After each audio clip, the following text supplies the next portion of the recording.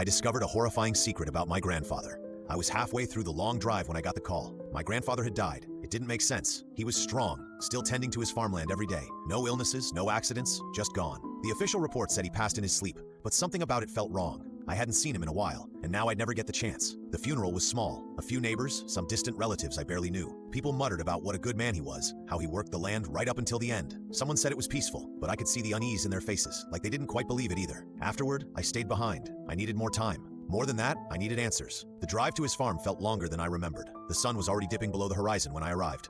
His house sat at the edge of the vast farmland, surrounded by skeletal trees that swayed slightly in the evening breeze. The cattle were still there, moving sluggishly in the dim light. Something about the air felt thick, heavy in my lungs. The house was unlocked, just like always. Inside, the scent of old wood and pipe tobacco lingered. Everything was exactly as he left it, his boots by the door, a half-empty coffee cup on the table. It felt like he had just stepped out for a moment, and yet the silence was suffocating. I wandered through the rooms, my fingers tracing over the worn furniture. In his study, I found it, a thick, leather-bound journal sitting on his desk. I remembered seeing him write in it before, always meticulous about his records. I flipped through the pages, expecting farm notes, weather patterns. At first, that's what I found. But as I kept reading, the entries began to change. March 4th, saw it again today, the black shadow. Middle of the afternoon, standing near the cattle pen. I looked away for a second, and it was gone. Thought it was my eyes playing tricks, but the dogs won't stop barking. March 12th, more symbols on the trees, deep scratches, almost like letters, but wrong.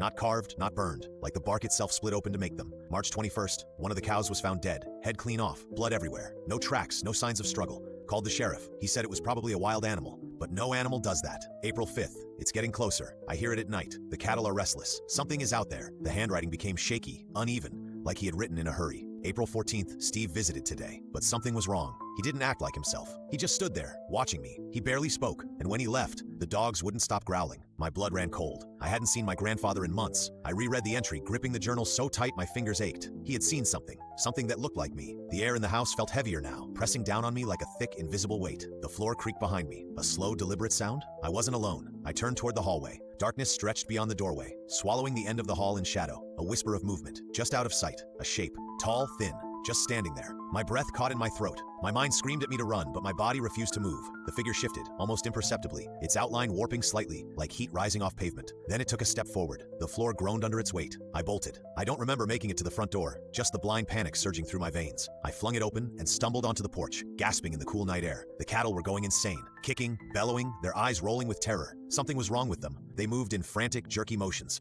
foaming at the mouth. One collapsed onto its side, convulsing. Its skin rippled, bulging unnaturally, as if something was moving underneath. I turned away, bile rising in my throat. A low, wet sound filled the air, like tearing fabric but thicker. I forced myself to look. The cow's body split open, its ribs cracked outward with a sickening pop. Something dark and glistening slithering free from the ruin of its body. A shape, shifting and writhing, pulling itself upright on two long limbs. The air reeked of rot. It turned its head toward me. No eyes, no features, just a gaping, hollow void where its face should have been. And then it smiled. A deep, unnatural grin split across its empty face, revealing rows of jagged, uneven teeth. I ran. The field stretched endlessly before me, the dry grass slashing at my legs as I sprinted blindly. The house loomed behind me, shrinking into the distance. I didn't know where I was going, just away. A sound followed me, not footsteps, something worse. Wet, clicking noises, a low, rattling breath. I dared to glance back. It was running. Its limbs moved too fast, too erratic, shifting and stretching in ways that didn't make sense. The thing that had been inside that cow was now something else, something bigger, and it was catching up. I pushed myself harder, my lungs burning. My car was in sight now, parked at the edge of the dirt road, just a little further. A voice whispered in my ear. "Hey, kiddo," I screamed. The ground rushed up to meet me as I stumbled, my knees hitting the dirt hard. Pain shot through my legs, but I didn't stop. I scrambled forward, throwing myself into the car, yanking the door shut behind me. The thing slammed into the window. My grandfather's face stared back at me, but it wasn't him. The eyes were too dark, the skin stretched too tight. The mouth moved, but the words that came out were wrong. Too many voices speaking at once. "You don't recognize me?" My hands fumbled with the keys. The engine roared to life. It grinned wider. I slammed my foot on the gas. The car shot forward, the tires kicking up a cloud of dust and gravel. I didn't look back. I didn't slow down. Not until I saw the lights of the city in the distance. The night behind me, swallowing that horrible place whole. I barely slept that night. Every time I closed my eyes, I saw it. My grandfather's too wide grin, his hollow eyes staring right through me.